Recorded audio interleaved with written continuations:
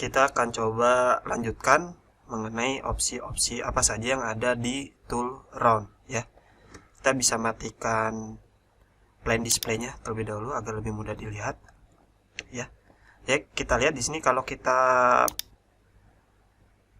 pilih bagian set, ada banyak opsi di sini. Di antaranya adalah circular dan rolling ball. Di circular sendiri kalau kita klik panah hitamnya, ada banyak pilihan di bawahnya seperti conic, situ continuous, D1, D2 connect, D1, D2 situ. Hanya saja memang yang paling sering dipakai adalah circular. Maka kita belum akan membahas bagian ini, dan juga rolling ball dan normal to spine. Kita tidak akan membahas bagian ini juga, karena yang paling sering dipakai adalah circular dan rolling ball. Kita belum akan membahas bagian itu terlebih dahulu, tapi kita akan coba bahas bagian di bawahnya, yaitu extend surface, full round, throw curve, dan juga chordal ya. Untuk membahas itu kita akan coba buat bagian ya, buat model baru di atas model ini. Kita bisa buat sketch, klik bidangnya lalu sketch dengan menggunakan tool corner rectangle ya. Kita buat seperti ini, klik. Kita bisa beri ukuran misalnya dari sini ke sini, klik ya, tekan scroll tengah pada mouse misalnya 40, sini ke sini, klik 40. Di sini ukurannya misalnya 40, dan di sini misalnya ukurannya 75. Kalau sudah oke, kita extrude. Misalnya kita buat lebih tinggi lagi, katakan 150, enter. Oke.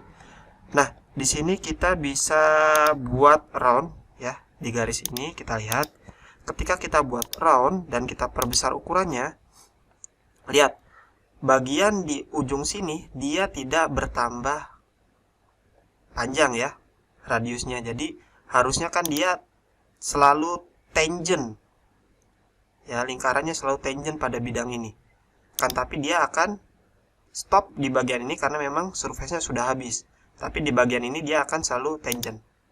Kita lihat di sini ketika kita ukurannya perbesar, dia akan habis di bagian sini. Jadi garisnya menyentuh di bagian sini. Nah, kalau di pilihan extend surface-nya kita aktifkan, dia seolah-olah surface yang ini di-extend, sehingga ketika round-nya diperbesar, round-nya akan selalu tangent dengan bagian ini. Ya, jadi seperti ini ketika pilihan extend surface diaktifkan. Kalau tidak kita aktifkan, dia akan membuat seperti ini modelnya ya, nempel di sini garisnya. Tapi kalau extend surface-nya kita aktifkan, garisnya dia nempel di bagian sini, dan seterusnya ya. Jadi itu untuk extend surface. Ada juga pilihan namanya full round. Ini kita aktifkan dulu extend surface-nya, lalu oke. Dan juga ada pilihan namanya full round di sini. Nah, bagaimana cara menggunakan full round? Jadi full round itu fungsinya adalah untuk membuat setengah lingkaran. Nah, untuk membuat setengah lingkaran kan kita bisa menggunakan round di sini dengan radius setengah dari garis ini ya. Tapi kita misalnya nggak tahu lebar garis ini berapa. Nah, di sini kita bisa menggunakan pilihan full round. Caranya adalah kita pilih bidang ini, lalu tahan tombol kontrol karena kita tidak bisa memilih bidang ini ya. Tahan tombol kontrol, klik kanan sehingga dia memilih bidang sebelahnya, baru kita klik. Nah, tombol kontrolnya bisa dilepas. Sekarang kita pilih driving surface-nya, yaitu bidang yang ini. Sehingga terbentuklah full round dari bidang ini, bidang atas dan bidang sampingnya. Ya, jadi itu adalah bagaimana cara menggunakan full round. Selain itu juga ada pilihan true curve. Nah, true curve ini harus ada curve-nya terlebih dahulu. Misalnya, nah, di sini kan ada round, mungkin saya matikan dulu, saya bisa klik lalu saya matikan. Klik. Saya suppress terlebih dahulu ya. Saya buat sketch di sini. Kurvanya bisa menggunakan line atau bisa menggunakan arcs atau menggunakan spline. Nah, di sini saya menggunakan spline, misalnya dari sini. Klik. Kalau sudah bisa oke. Nah, di sini kita tinggal aktifkan pilihan round, kita pilih garis ini, dan di bagian set kita aktifkan true curve. Kita pilih curve-nya.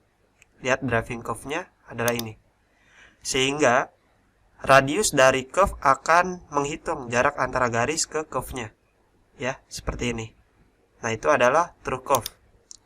Ada juga pilihan yang terakhir yaitu chordal. Jadi chordal itu misalnya kita buat round di sini.